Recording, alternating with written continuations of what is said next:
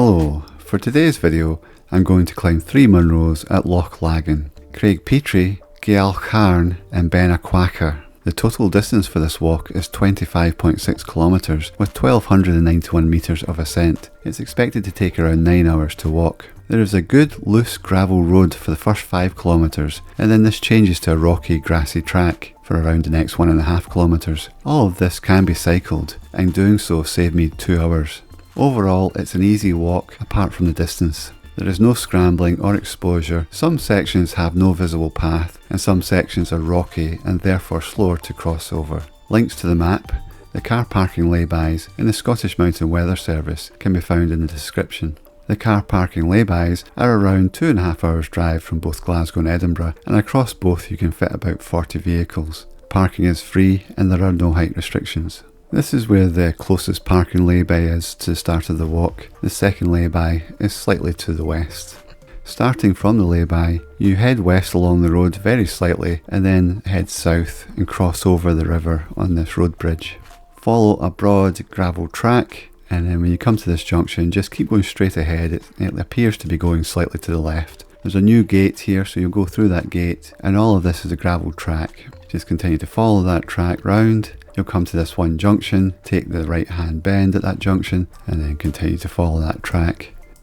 Ignore this little junction here that goes down to your right, continue straight ahead and you'll follow that all the way to the end of this loch. There's a good wooden bridge built at the end here and a sandy beach at this area. The track splits and you want to go on the right hand side. For cycling, I went down this road here and then bent to the right, but this is just a grassy track and you're just as well going straight ahead at this point, the same way you would go if you were walking. Now it starts to get a bit steeper and for this section I just pushed my bike up the hill here and I took my bike all the way up to this point just before the ford. This is where you're going to leave the track. There's a short steep dip down to the stream here so it's very easy to recognise where you're going to turn off the track. I left my bike here and then proceeded to go up the left hand track. For this section, you're going up in parallel to the ridge.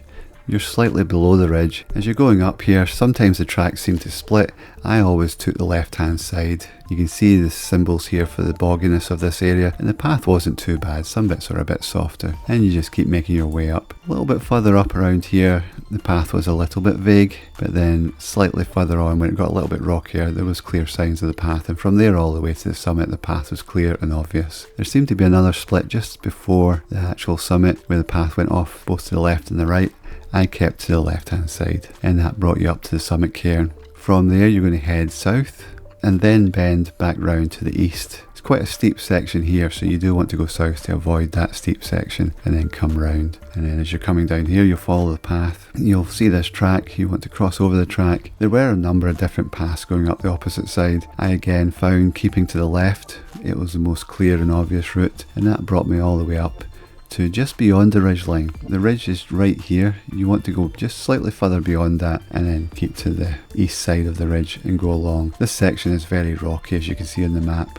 The slightly easier walking is just beyond the ridge and from there you're going to turn to your left and follow a fairly clear path all the way to the summit. And the summit is very obvious in this one because it's quite a pointy little pyramid that sticks up where everything else around it is quite flat. From that summit you retrace your steps going back in a southwesterly direction. On the actual walk I followed a track that was slightly further south and came round and then joined back up around here, just a little bit off that path. This is going along the very top of the ridge and with the wind heading in a southerly direction it was more sheltered just slightly off the top of the ridge and also I found it quite easy to walk along here. It wasn't as rocky, although when you come round the end here you do want to avoid these cliffs, so you want to make sure when you get to the end round here you just head a bit further north and join back up. This section down here, the path, I really couldn't find it. Even using a GPS and showing that was on top of what was supposed to be a path, it wasn't clear at all. What was clear was this track here. You could see that in the distance. As long as you made your way down towards that, then it was fairly easy to navigate. So from here, follow the track up to this point here. There's a very small cairn. It's very vague coming up here.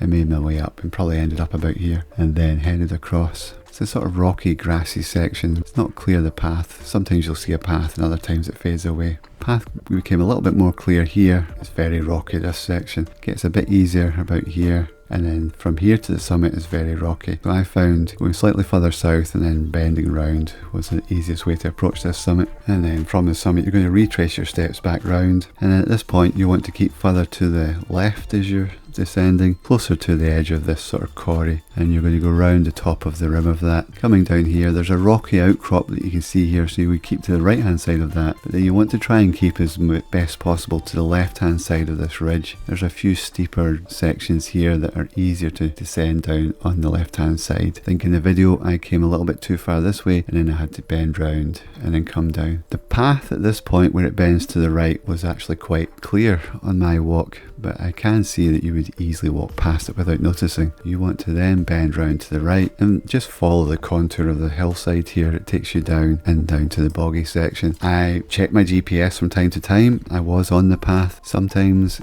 it wasn't that obvious it was a path, but from here, if it's clear, you can see this track on the opposite side. You can also see the gully where that stream is going up. At some points it's quite deep, so you're just heading across here for that. There is a bit of a peat bog in this area. Make your way across. Once you're on the track, it's very easy to navigate. You just follow that path all the way out. I got back on the bike here, and then this was okay for cycling down, just freewheeling down, and then you just cycle all the way back out to the car park. Good morning. It's 8:30 in the morning at the start of the walk for Creag Pitridh.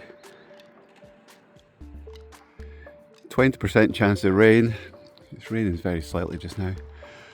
From the lay-by, you continue back west along the side of the road here.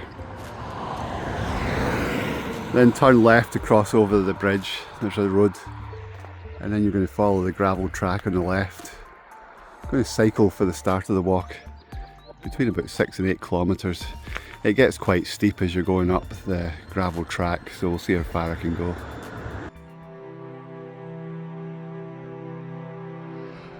When you come to this very wide bend in the road, you want to keep to the left and then just follow that track.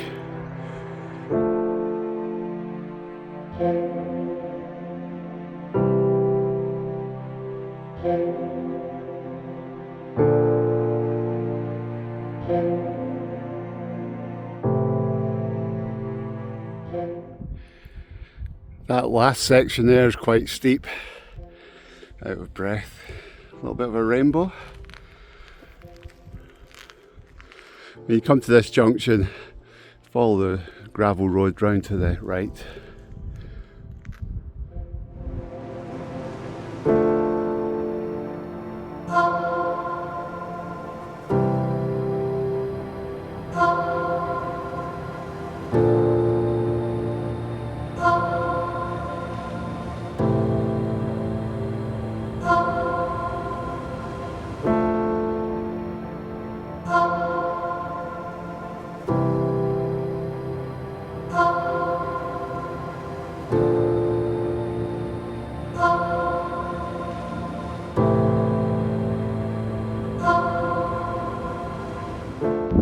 After crossing that bridge back there, you want to take the right hand track here.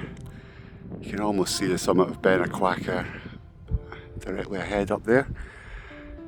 We follow this, and then the track goes up the side, and there's a valley there, but it's probably quite disguised in the video. Goes up there towards that low point. If you're walking, or if you enjoy cycling off-road, you can take this little cut off here to the right. The gravel path joins up with a gravel road. It also goes to the right up ahead. So I'll just continue on the road. It showed a track on the map, but it's not much of a track. So you're probably just as well just to follow the grass path back there. I'm going to go straight ahead now, turning to my right from this road.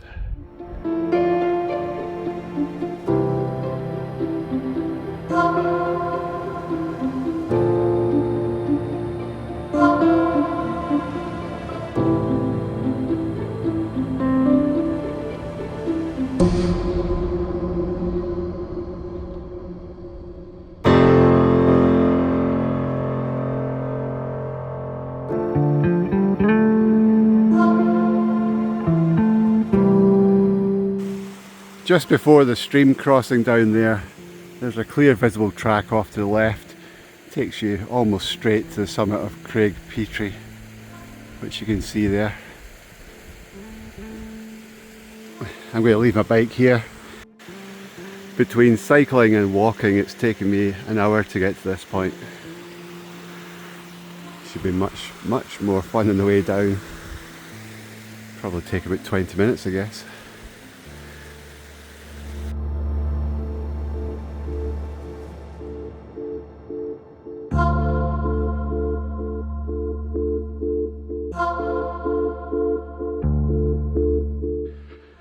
The path is split a couple of times, sort of faint trails going off to the left and the right. I've been keeping to the left hand side each time. You want to stay pretty much parallel to that ridge over there, but then join it straight ahead further up. Sun's surprisingly warm. It's meant to be about 30 mph winds at the summits. I'm being sheltered from the wind just now by the hillside there. A little bit of rain coming on.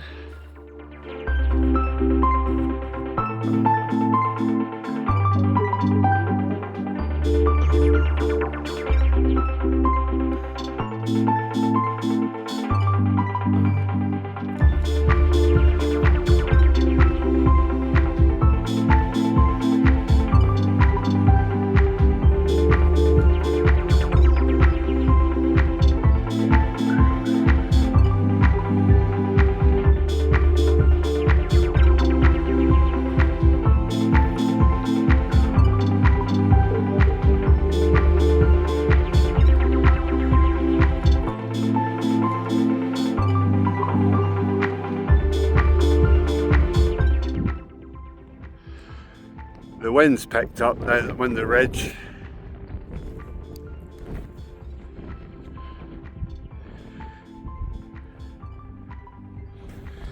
The path's been quite easy to follow. A little bit fainter right now.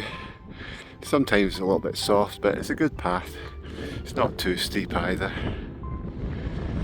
Not far to go to get to the first top.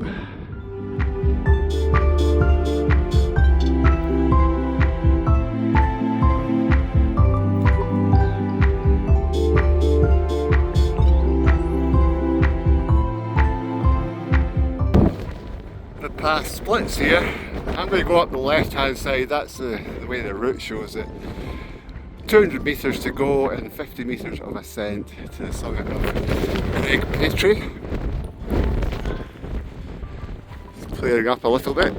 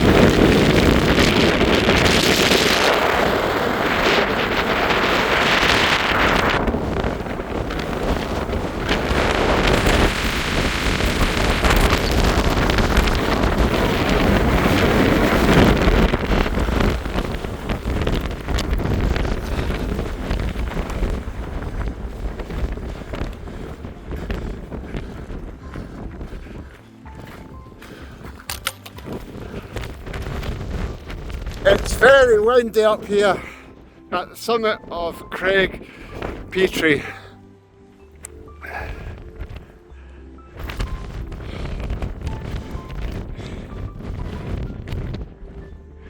You get a little bit of a break once you come down off that Chlachair. So next stop is over there. We go a little bit this direction. So from this top, you can see a clear path here. You want to head south. So you're actually going to head that direction. But then it's going to bend round to the left and then cross that broad Beinn there. You can see a path. You're going to join that you're going to cross that path there. And we're going to head up the other side and then along to the summit.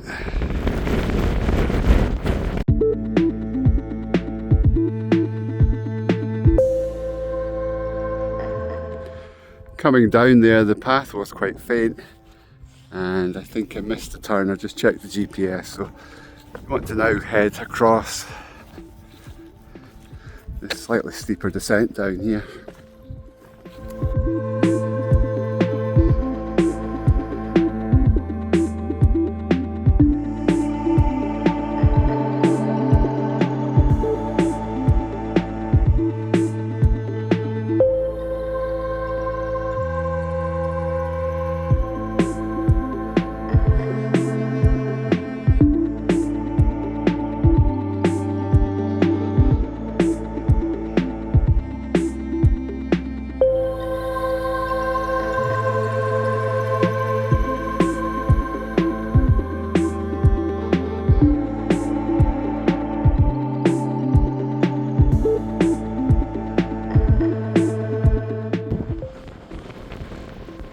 From this little cairn you want to head straight up to the ridge.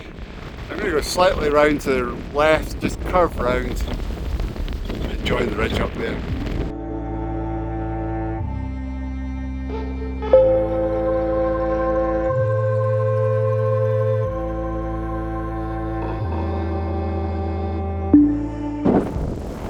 Just looking back, I've come up onto the ridge proper. That path is a little bit more to the left than I originally planned, but I'll show that route on the walkthrough at the beginning of the video. The path that goes along the ridge is just slightly on the north side of the ridge, so it's not along the very highest point. So you've got to go over the top of that wee ridge there and down. And here's the path here on the other side, which might help me get a little bit out of the wind. And it's easier to walk along than walking over that boulder field. Not far now to the summit, and actually a really easy traverse from the first top to this point so far.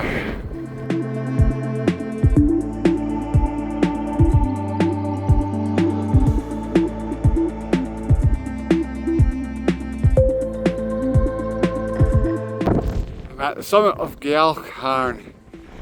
I'm going to walk up to the top, but the wind on the way here was fierce and temperature's meant to be around -5 with the wind chill. It is not very pleasant when you're exposed, just hiding down below the cairn at this point, but we'll go up.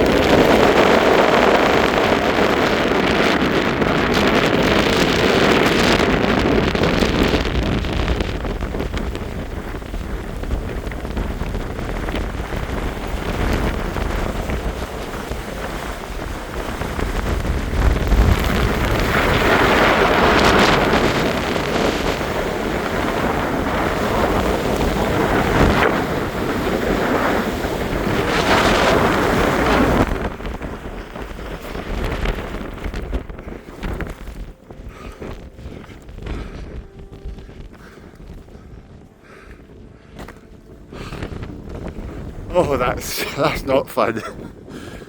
Not fun at all.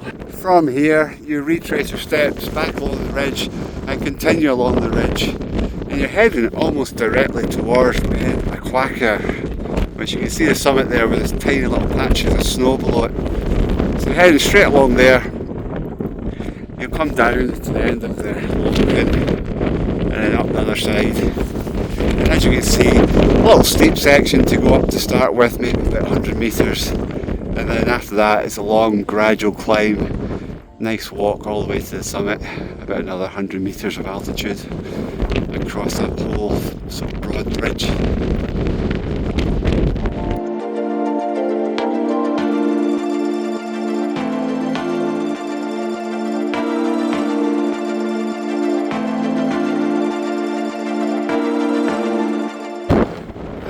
Joined the ridge path earlier, so this time when you come to that bit, this bit, just keep going along slightly to the left of the highest point of the ridge, And you can still see the next Munro, so you're heading towards that.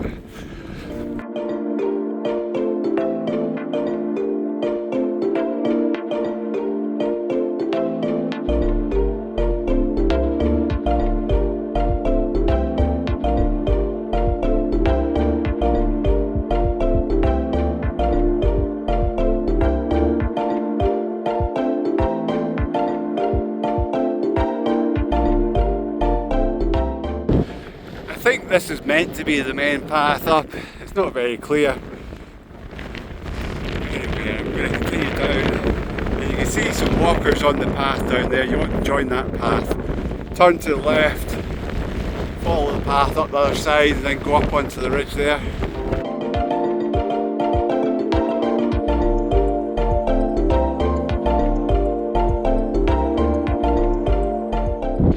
I've made it down to the path that I crossed over earlier. So we'll follow this path. It goes down here and across and up the other side there.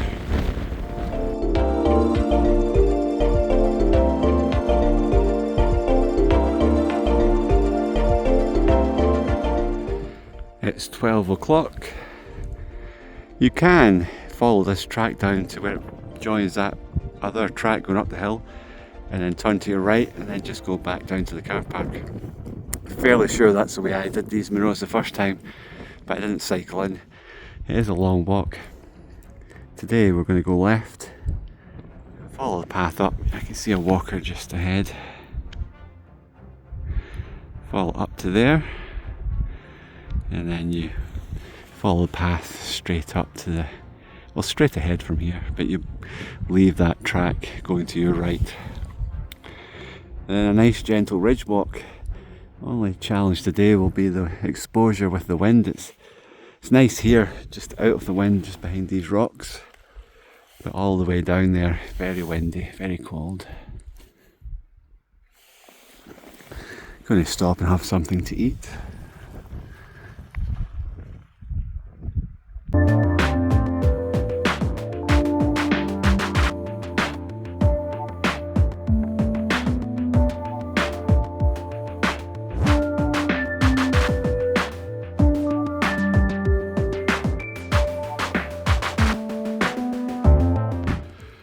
You'll come to a little cairn on your right hand side.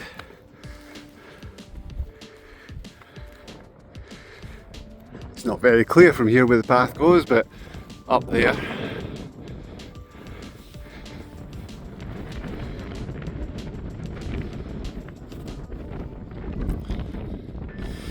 You can see we've already gained quite a bit of altitude back up.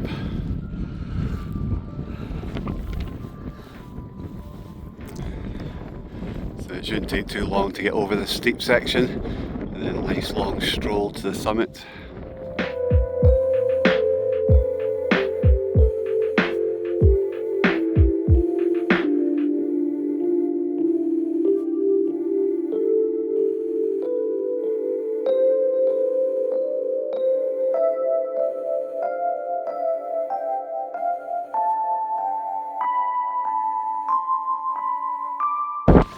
I'm not certain I came up the right way there.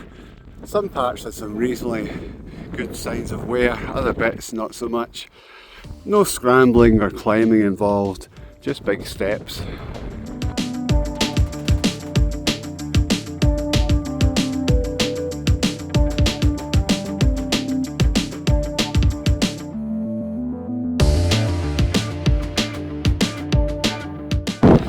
This path is very faint, sometimes a little bit easier to see, but not much at the moment. If you see the summit there, you're heading to the left of it, kind of straight ahead at this point. And then you bend round to the final ascent up to the top, right near the end.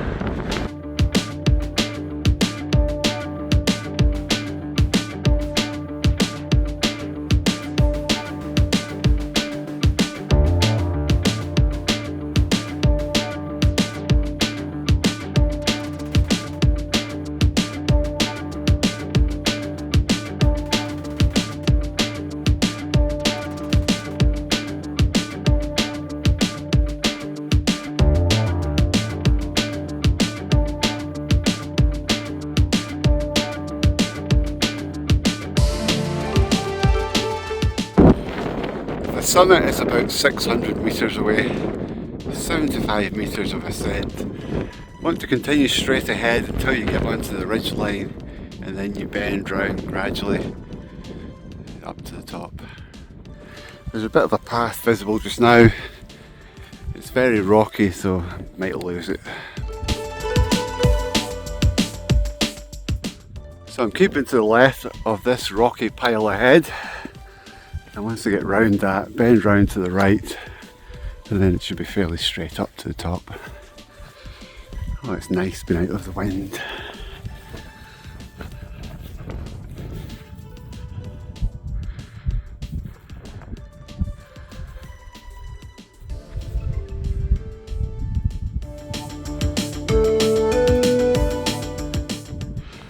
I can see a cairn directly ahead on the horizon, and that's what I'm aiming for.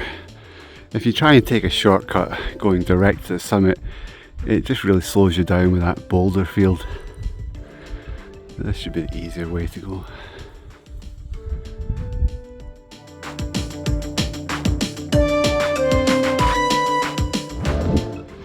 There's that first little cairn I was aiming for. There's a second one there. I'm now going to bend round. It looks like a little bit of a path I'm on. And towards that next one, then bend round even more to go straight to the summit.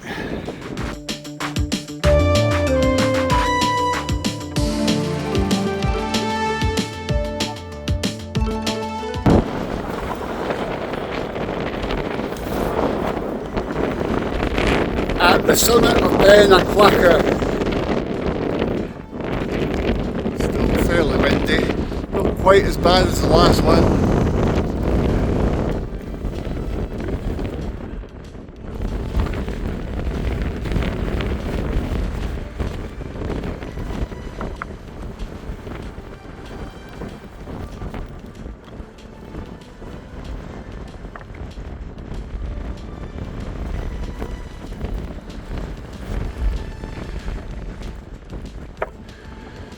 Time is 1:30. 5 hours to this point.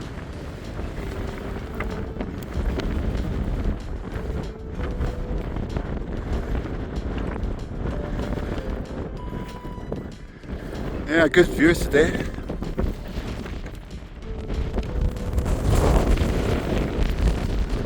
So from here you're going to retrace your steps. It's southeast, more east than south, but southeast direction, and then there's a walker there, so you're going to head over to that bit, follow the curve of that sort of drop off round to the left, and then descend down there. It takes you down to a slightly boggier section. I was talking to a walker who's doing this in the opposite direction. He says it's pretty dry at the moment, so not bad. I've been through it when it's wetter and it's not much fun, hence the reason I'm doing this walk in a clockwise direction, so that I'm going down through the wetter section. So I'm just going to head straight ahead and gradually curve round to the left.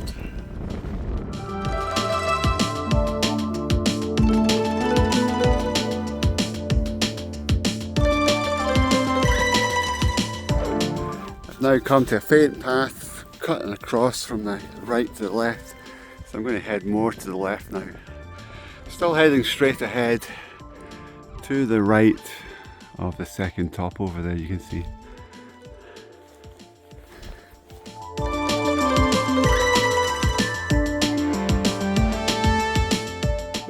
So now I'm going to head straight for Geal Chàrn over there in the distance.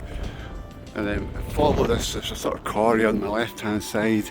I'm going to go round that and descend on the right hand side of that corrie, but on my left as you're looking ahead. So I'm on a faint path here.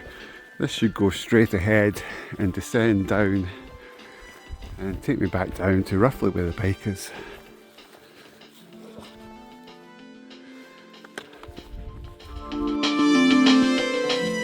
I'm just switching down to a lower path on the left. Looks like that one was going to start bending to the right, not where I want to go. So I want to be on this path. And we're going down that ridge line you can now see in front. You can see a rocky section there, goes down to a sunnier section. Going down there.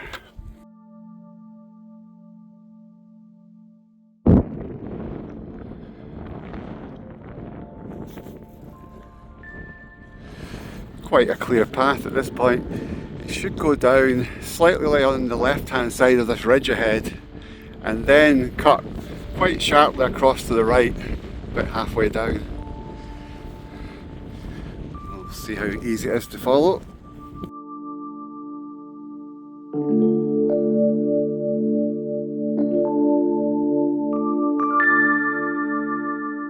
So we go around this little outcrop to the right hand side, but we are going to bend back to the left and continue to keep to the left side of this little ridge. And that's for about another 800 metres in distance before we bend off to the right.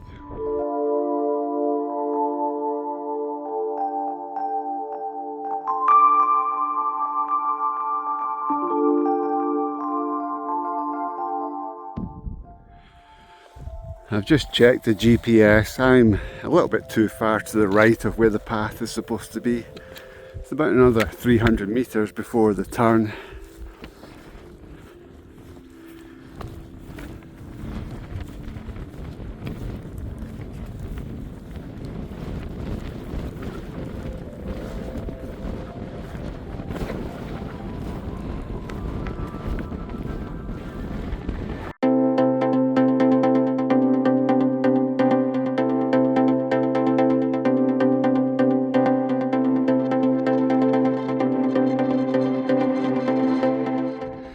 So I managed to spot the turn.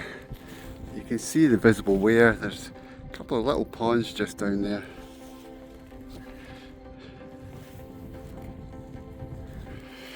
Yeah, an awkward little section, that, quite rocky. That little sort of cliffy section there does force you to keep to the right as I'm looking back up. Left hand side as you're coming down. So now we're going to turn to the right and you head basically straight ahead. I think it bends a little bit to the left as you're going down through this peaty section. You can already see the path on the other side of where that little gully is where the stream was running down. So you just need to get across to that path and then turn left.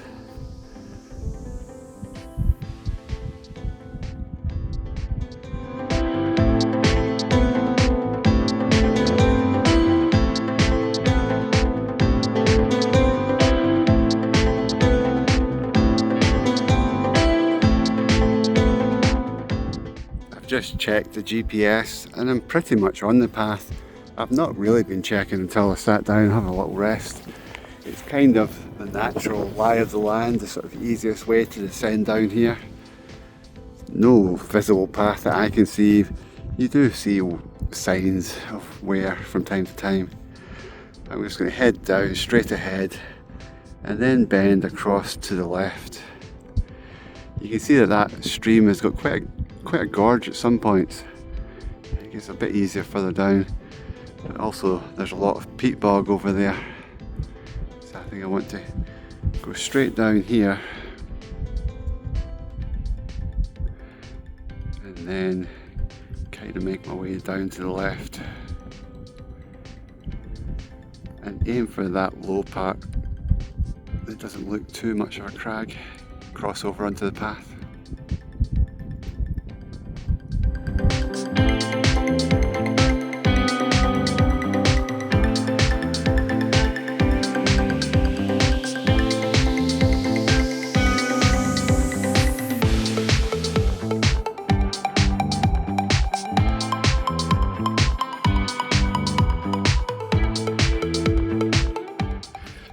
That section was very wet and boggy, and I think I might be on the path. It's really hard to tell.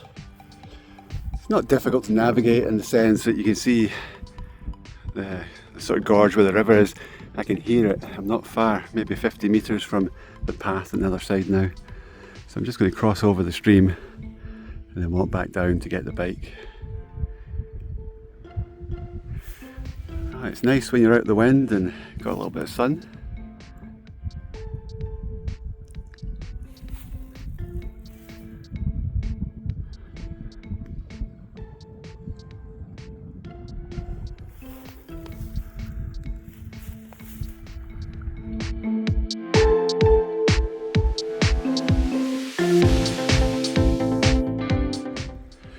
Across the stream, I'm now back on this sort of rough, grassy gravel path, and now you just turn left and descend. Filled up with some water. Get back on the bike, and quite an easy, quick ride back out.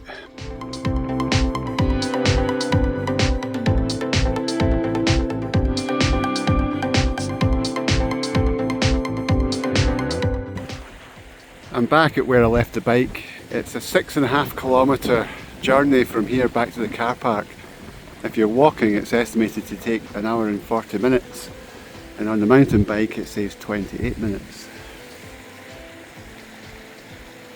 It's just 3 o'clock.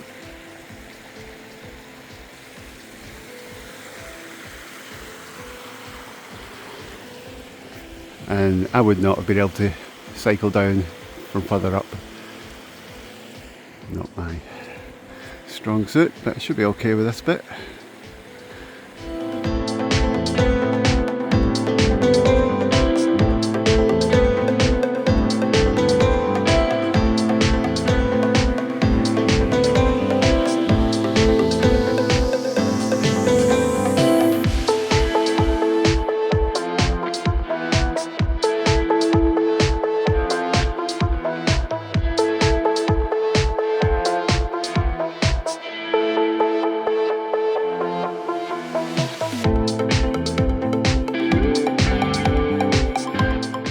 On the way back down, you only really need to make sure you turn left at this big junction.